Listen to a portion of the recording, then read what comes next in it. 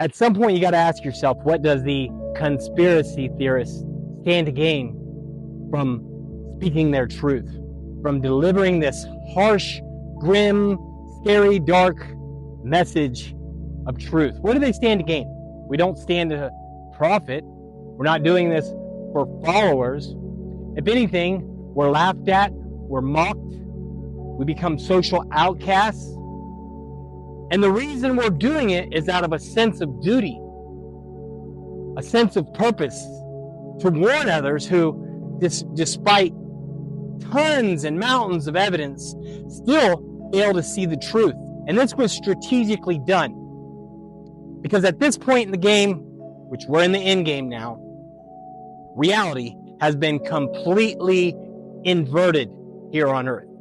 Every single system is corrupted and designed and intended for enslavement. And this is the harsh truth, man. I stand to gain nothing from delivering this message, and yet I speak my truth boldly and fearlessly because this is the reason myself and millions of others took birth on this planet during this critical time of awakening, of transformation, right? In the previous video, talked about the timeline split. Humanity faces a choice. You can either choose synthetic evolution, transhumanism, merging with technology, automating the planet, AI getting out of control, or organic evolution, right? Which is realizing to even begin down the path of organic evolution, you have to understand reality has been completely inverted. Doesn't matter if you're talking religion, doesn't matter if you're talking the big pharma, the medical system, the education system. Everything is designed to indoctrinate and to program people into believing reality to be a certain way, controlling consensus reality through the controlling of information, through the mainstream media, to continue to profit from enslavement, war, sickness, very profitable business. And they do this, I don't think, on the front lines of it, a lot of people are serving the interests of transhumanism and don't even realize they've been enslaved. Their pineal gland is completely calcified.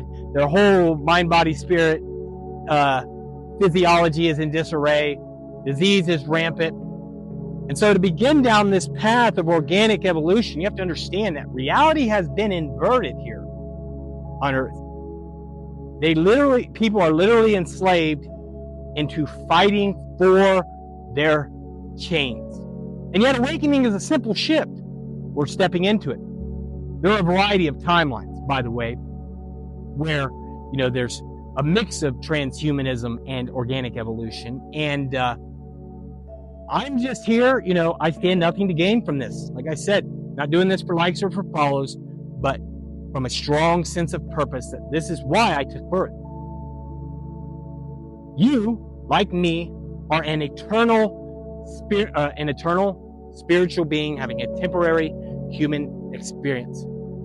This cosmos is teeming with intelligent life. There are planets that are highly ascended, where beings live in harmony with nature, and there are darker realms and dark planets where enslavement is in full swing. People are hooked up to machines, and reality is even further inverted. The good news is that the universe is holographic, and essentially consciousness is fundamental. So in this video, I'm going to break it down further to prepare you for endgame, because that's what we're stepping into as AI begins to accelerate, as transhumanism begins to accelerate, social conditioning, programming is in full swing, and I stand nothing to gain from telling you this. So without further ado, in this video, I'm going to cover several ways to be prepared for the new Earth. So the first thing I'll say is understanding oneness, understanding unity consciousness, understanding source, the ground of all being, that in which everything lives and moves, it has its being, is unknowable. Pure consciousness, pure awareness. That is who you truly are. That is who we all truly are. Because source is unknowable, it can't even know itself. It projects the physical universe out of itself and unveils itself in multiplicity. You, me, your pet animal, your house, your dog, from the tiniest atom to the largest supernova, black hole, spiral galaxy. This is all source. Source alone is real. We are all aspects of source. It is the underlying unity that pervades every atom in this universe. And you are that, and I am that, and nothing exists apart from that. When we do not understand this, we are firmly in the grip of illusion. We are firmly fixed in the dream, which is the default state for most human beings, is to be locked in the game of duality. Oneness, unity consciousness, is awakening to this truth, abiding in this truth. And here's the thing, you don't even need a guru. You don't need me.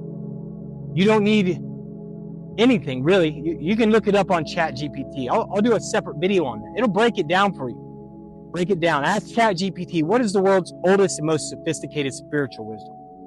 For me, it broke down Hinduism, Buddhism, right? Mystic Christianity, not mainstream Christianity, which would have been the Gnosticism / Christianity, right? Mystical Judaism and Sufi Islam. So basically, while on the surface, all these various religions and spiritual traditions are at war and seem totally different, everybody's fighting over dogma and things that were written thousands of years ago. Within these groups, there are mystical traditions that all sing the same song. You gotta wonder if that's a coincidence. No, it's not. All of these point to the same truth, right? And it's yet the division, the powers that were, the powers that are losing their grip as we shift to new earth, right? Use these as divide and conquer tactics. Unity consciousness is understanding oneness, is that we are all one, whether we like it or not. Good and evil, negative and positive are two sides of the same coin. And so awakening, stepping into unity consciousness and shifting to higher timelines of organic evolution is the emptying of our cup, of letting go of what we thought reality to be. Because what we thought reality to be is just a dream, right? God alone is real. Hence the term revelation.